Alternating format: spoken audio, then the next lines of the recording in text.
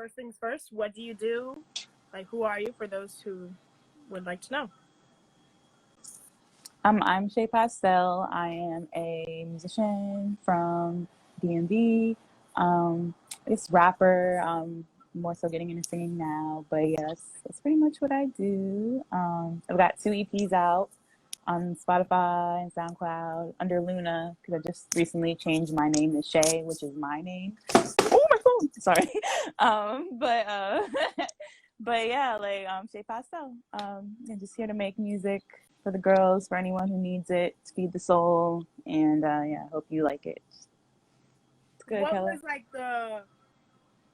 I guess what pushed you to get back to your like name, I guess you could say? I think, for one, there are a lot of Lunas in the world. When you're trying to distribute music, that makes it a little harder. And for two, I think I just wanted something that was more me. I mean, I guess at the time Luna served me because it was kind of about like being a woman, feeling connected to the moon, and just seeing yourself from a different perspective, other dimensionally, I think.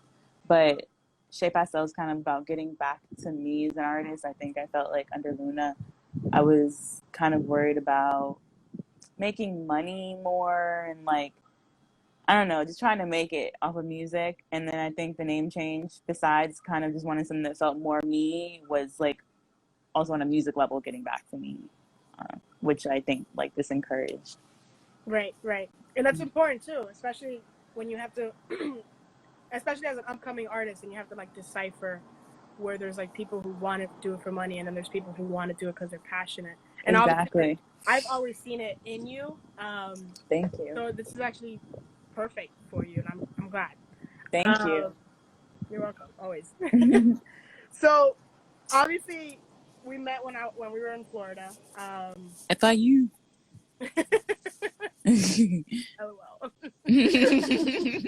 So obviously you're from DMV. You were born there also? Yes. Like born and raised? Born in Maryland. Born and raised. So being from the DMV, how has that influenced your creativity? Wow. In a lot of ways, I think this area, first off, growing up, I know it's changing now more so, but growing up, and still is in PG, is a majority Black area, but it's like diversity and the Blackness that you see out here. So it was really inspiring in my art because you're meeting so many different people from all over the place. You're meeting people from Ethiopia to Nigeria to the Carolinas, people that are just always born and raised here.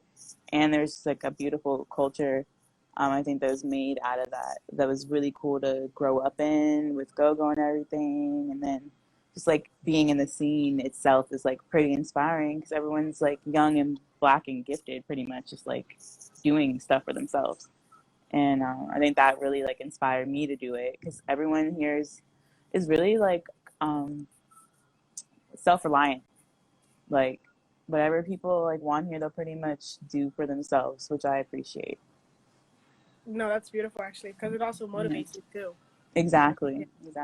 That's how I felt when I was like in New York City. So because it was like everybody's on their feet, hustling. And then you just see that and you're just like, fuck, I need to be on my feet. Exactly. So yeah, I feel that. So I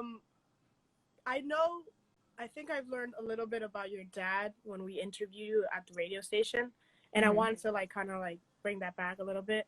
So your dad is a musician as well? Or yeah. Okay. So like you basically were like raised around music, in other words, as well.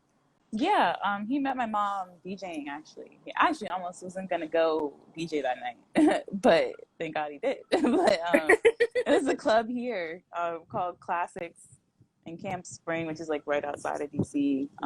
But yeah, like I think just even the origin of them getting together is musical in a way. So that's cool. Like we always had a basement in our house. He was more like instrumentalist, like keyboardist, DJ, producer. But he always like had like a cool outlet for me and my sister to do stuff, which was dope because that like really started giving the drive. Right. For both of you guys, right? Exactly. Yeah, she started first. She's the one that made me freestyle and shit when I was like 4. I could barely look over the dashboard. Oh shoot! Yeah. 4 years old, and that was the first time when you were freestyling. Yeah, like I started young because my sister, like, she's wanted to have a little sister to fuck with for real. So like, she just make me do shit. And, like, she'd just be like, "Hey, freestyle," and I'd be like, "I was at recess and I ate my Huggy." Or no, I drank my Huggy. Sorry, but yeah, like it started out with stupid shit, and then like the older I got, the more material, I guess. Right. I know you've worked with your sister in Mm-hmm. music, but like, have you worked with your dad in music or no? Oh yeah, he's on the first EP I made. The drop last year. The MEP. He's on Pink, and he also produced. Well, he produced that song, and then he produced Freelance, another song I dropped last year. And he always sends me stuff. Like, I'm always probably working on a beat my dad sent me. 'Cause he's been doing Ooh, that a lot since he retired. But yeah, he's still working. We're always working together. that's pretty cool. That's pretty cool to also have that. As how has the quarantine been? Oh, girl, what the fuck is going on? I don't know. Like, That is probably yeah, the best one that what I've the ever heard. fuck is going on? I don't know. Every day is different. I don't know, like, because outside doesn't feel the same anymore. Nothing feels the same anymore. You just try to roll with the punches. Right, right. Like, honestly, you get too caught up in it, you kind of lose your shit. Which I kind of have sometimes. I feel like we all have, to an extent, lost our shit. Like, no Yeah, human being's used to this. right. So yeah, just trying to be easy on yourself, be easy on myself. Take it day by day, trying to continue creating and stuff because it is easier, you know. And then there was a period where I wasn't working. I was blessed enough to have a job again now, but like pretty much March to July through into July, I didn't. So that's when I bought equipment and did start creating more. So that was like the plus side when it first started. You're like, fuck it, start pumping music out. But like it is still like a day by day thing. Even with all the shit you have in your house, like you Right, still might right. lose a marble. Like We have been trying our freaking hardest, honestly. mm-hmm. Like at first, yeah, it has been rough. I guess it was just like the habit of like transitioning into a different lifestyle. Yeah, And completely different. now it's like I fuck with it. You know what I mean? At this Yeah. point. No, I But feel yeah. that. I feel that honestly, like to an extent, it is kind of cool to feel the shift of everything. If there is a bright side of this, it is the shift that's going on right now. Like, I don't think things are gonna be the same. I mean, not literally like in a snap of a finger, but over the chain of like some years, which is dope. Um, Right. and having like the flexibility of doing more remote stuff is cool as well. So there are definitely some upsides of that shit. And you also started a fundraiser for your video. Ooh, yes, I So did. now we can obviously talk about the video. Not only when is it coming out or what is the next process in it, basically. So it's coming out this Friday, if I'm not mistaken. We raised like 1,500 something for it on GoFundMe. Thank you to everyone. If anyone's watching donated. A lot of people I know actually donated, which is dope. But yeah, we recorded it like end of July, like the last week of July. And it was really cool. It was the biggest video I've ever done. The biggest video Mojo's ever done too. Like we had a whole crew, like a lot of expensive equipment they rented out. I rented out a location for the first time for a video, which is dope. This cool diner. And it's conceptually basically like we're gonna be the girl Pulp Fiction. So like Samuel L. Jackson and John Travolta's character, like that's me and Mojo. So it's gonna be cool this And Friday. it's crazy because you didn't tell me that, and when I saw all the photos, I You was like, noticed? it's giving me this vibe. Dude, that's my favorite movie. I was like, there's something going on here. Hell yes. That's how we got the diner. Okay. And then also with the guns too, I was like, what? Okay, yeah, makes so much sense. And then also the car now. Wow. I'm happy it's giving that. I'm so happy it's giving that. Like are the photos also like that? Like the same color of the video? You know what I mean? Like that vibe. Oh yeah. Right. For sure. Thank you guys. But yeah, there's definitely gonna be the same vibe. The lighting that you see in the pictures is the exact same lighting we shot with in some of the scenes. So wow, it's gonna be really cool. Yeah. I'm so excited. It comes out Friday. Stack Now Laugh Later, and then I'm putting it like I'm re-releasing it under Shay Pastel because I dropped it under Luna. Stack Now Laugh Later featuring Odd Mojo, but I'm gonna drop it under the Shay Pastel name this week, so that's coming too, and I'm putting it on Bandcamp, and we're gonna remix it also. So. Oh wait, is it Bandcamp? I think it's either like once a month that they're doing, like all of the money is being donated to. Yeah, they are. All the proceeds or something like that. I think they started that after like the coronavirus, try to give artists a little break. Is so, it like yeah. just like once a month, or is it like the entire time? I think I have to look more into it. I think it's once a month. But I'll definitely keep you guys updated on that because that's a really dope effort they're doing. Right. Especially at this time, you guys exactly like all get the funds basically. Exactly. You guys and that's exactly why I'm putting it on there because you don't make shit off of streaming. Exactly. Like not a dime. And I always tell people that too because it's like I'm pretty sure Tidal is the one that pays the most, and then the second one is Apple Music. Tidal, I just found out like a few days ago the Tidal was the one that paid the most too. I was like, let me get a Tidal. No, hop on there. But the thing is, like, most people don't really use Tidal. Which sucks, right? Spotify. I'm pretty sure probably not even aware. Yeah. I guess like Tidal made that like push when it came out with like Jay-Z, Beyonce, all these celebrities were in it, Daft Punk, and then it was like, oh my god, let's do it. And then like afterwards, it was like it's expensive. You know what? They did. And no one really paid attention. They just laughed them out. It was great. It was like a dope ass like startup. You know what I mean? Like the way that they marketed it, it was. They didn't consistently like They stopped with that. Yeah. Exactly. After that, it was just like. Yeah, I think they now just pretty much rely on like we're Jay-Z and Beyonce's platform. Yeah, and there was like one album I'm pretty sure. Lemonade. I think. Where you like had to listen on Tidal, and everybody exactly. Was like, get it. That's literally how they got people. Okay, fine. When we were in Miami, obviously we literally like linked up like twice, and both those 3 times, the radio, but then like the second 2 times, it was more so focused on like being around femmes, like a bunch of feminine energy. So. To me, it was like really, really impactful, and I always mention this to you, and it literally like influenced me like to the max. So I wanted to know whether is that like your type of environment that you like to be in when you're creating, or it just like ends up happening. You know what I mean? Like, what is your favorite environment to be in creating? I think like I like being around women, because like.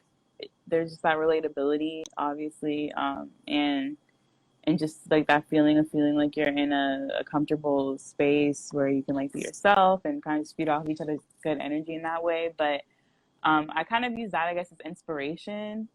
And then like sometimes when I create, I'll have that energy with me. But I think when I create, I like to kind of be a hermit, just like record by myself, and then like whoever I may need will be in the studio with me. Or like maybe on occasion, like I'll have like one girlfriend there, and then she'll end up being on a skit. Like, yeah. So I guess yeah, I do like to have that energy around me, just like more calculated, but like regardless, that energy fuels me and gives me like the inspiration for like anything I pretty much put out. Right. Yeah. And on the first video, when we were on the basketball court one, that one was also and it was produced by also a woman. So like, is this one also produced by a woman? Like, are you still like flowing with that concept, I guess, or is it actually Femc was produced by a guy, actually. A woman produced the video. Oh, okay. Yeah, that was a really cool video. I think that was the first. Oh no, it was the second video. Saja Smith. Yeah, I worked with her the whole time I was down there, which was cool because those are like the first few videos I made. Yeah, I only worked with women making the videos. So like my friend Saki made Pam Grier with the help of another dope guy, and then Saja made Girl Gang and Femc, and then for those 2 videos I only had like pretty much girls in the videos, which was dope because each time like you guys all got along and like just got like a really cool vibe to the set that like I think shined through the visuals, which is really cool. Right. Same. You guys fundraised a lot for this video, so that's why I'm asking basically. Yeah, no problem. But yeah.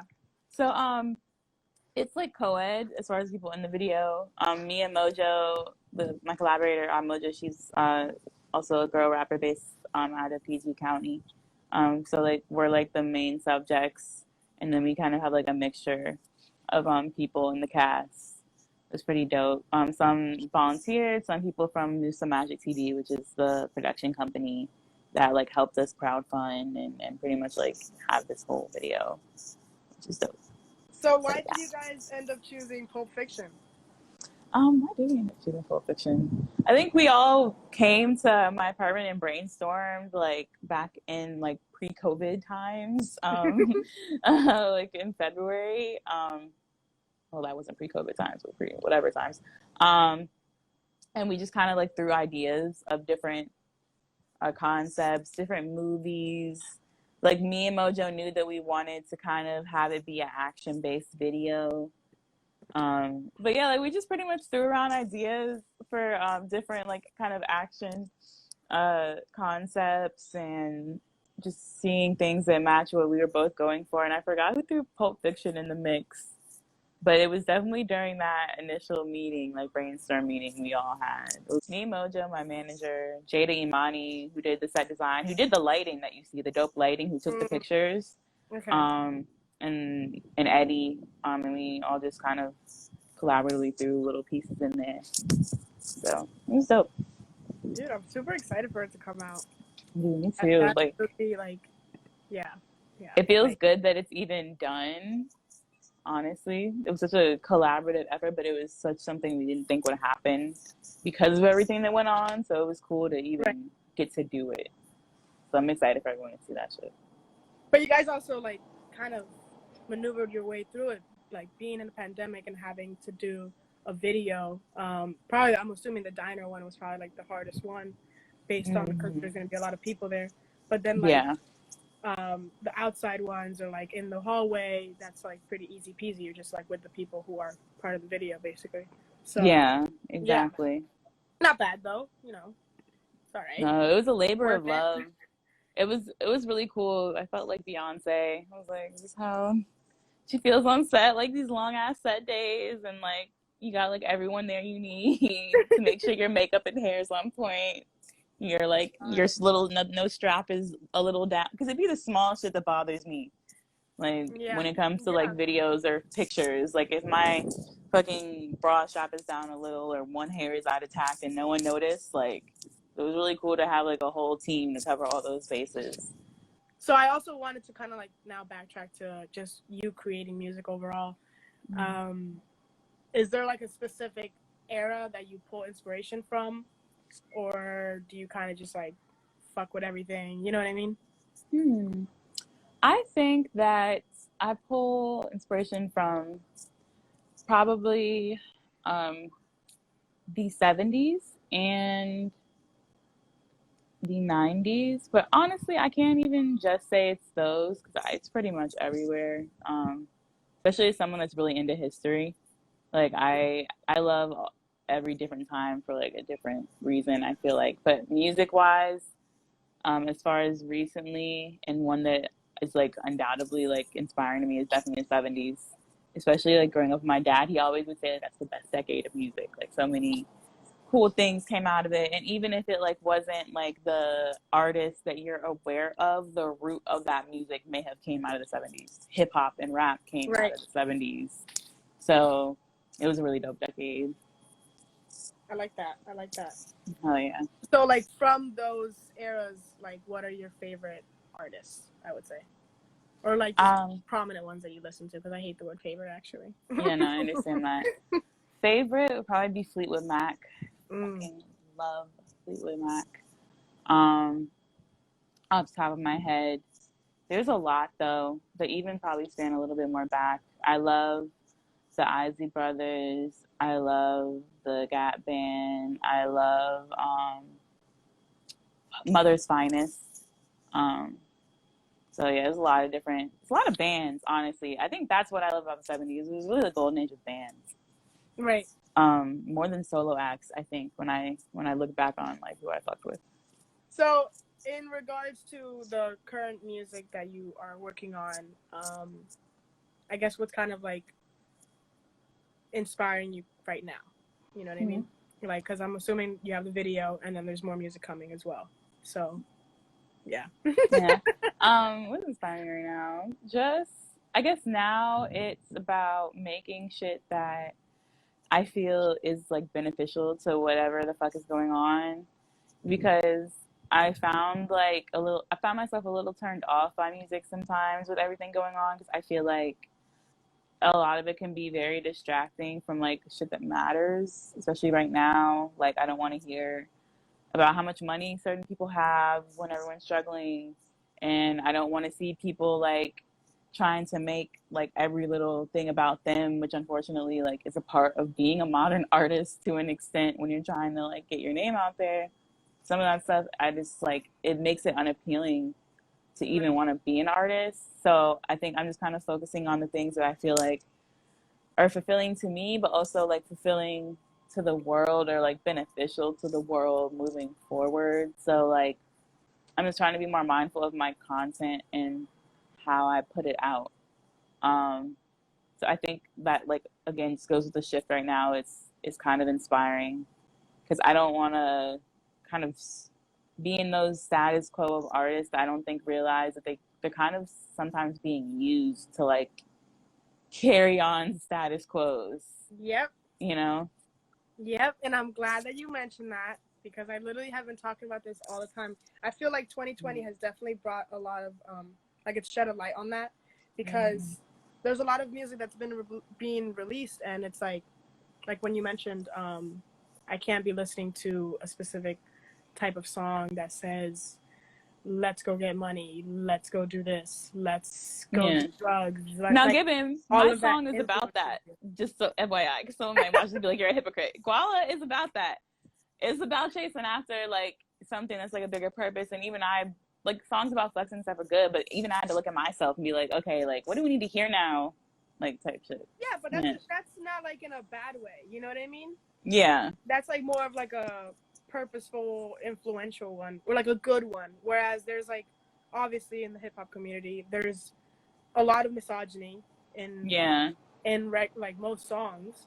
So it's like, if I'm listening to that during this time when I'm screaming Black Lives Matter, but then we have misogyny within this, it's like we're being counterproductive. You know what I mean? Yeah. And like, we need something that's gonna influence and like uplift all of us.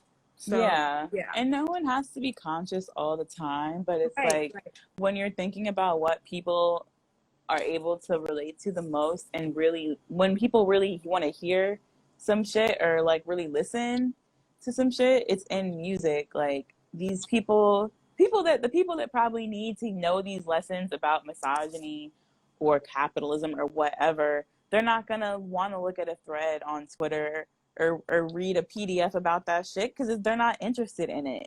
So so who else is gonna really give that message to them other than the people that, you know, make music or whatever?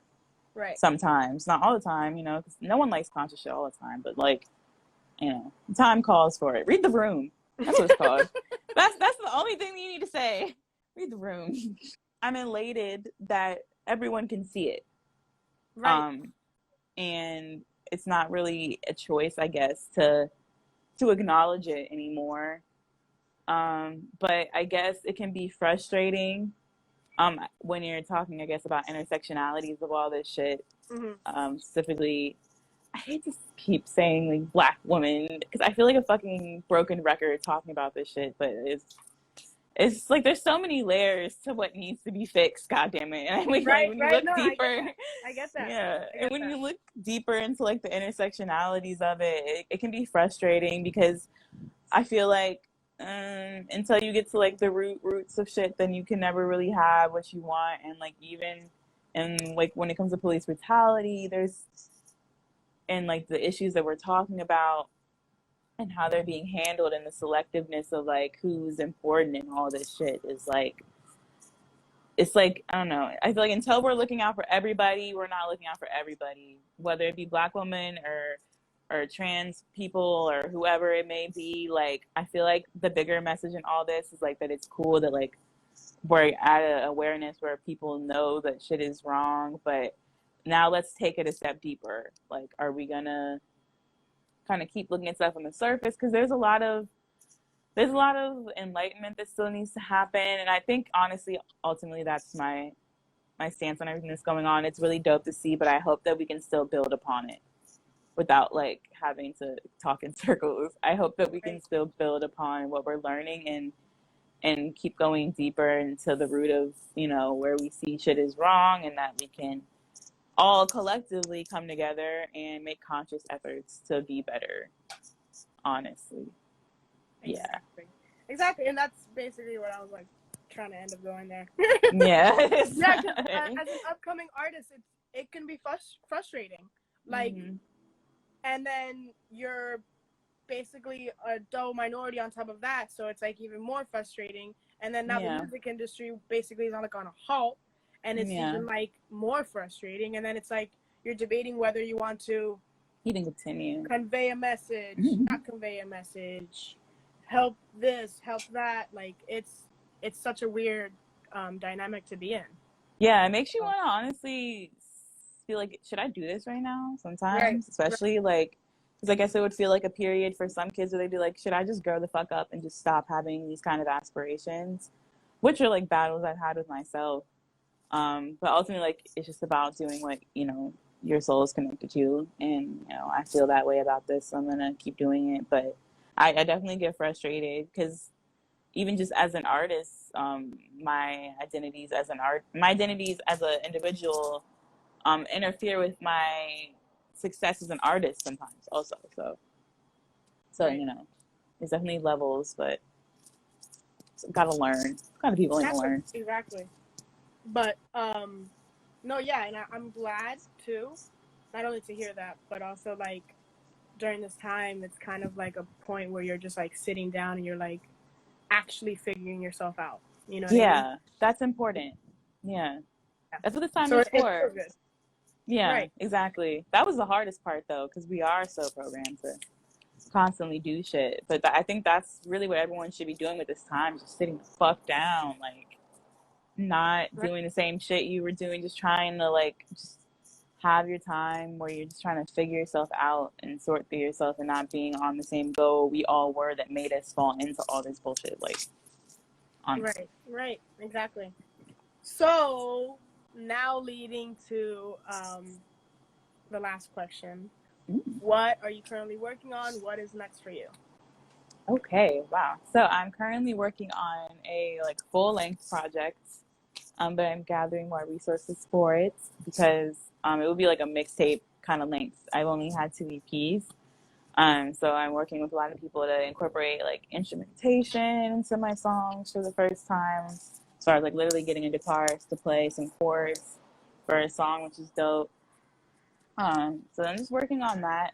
I don't want to give any concrete dates because I know how I can be, but I hope to have something out by winter. Okay. For that, yeah. And then we got some just cool content coming in the meantime, via just like different stuff on here, little conversations integrating like my love for history into who I am as an artist, which probably sounds lame, but it'll be cool. And just little content, just more videos and stuff are going to be coming out besides actual music videos, freestyle videos, just different ways, I guess, to get to know me more as an artist and a person in the meantime while I'm making more art.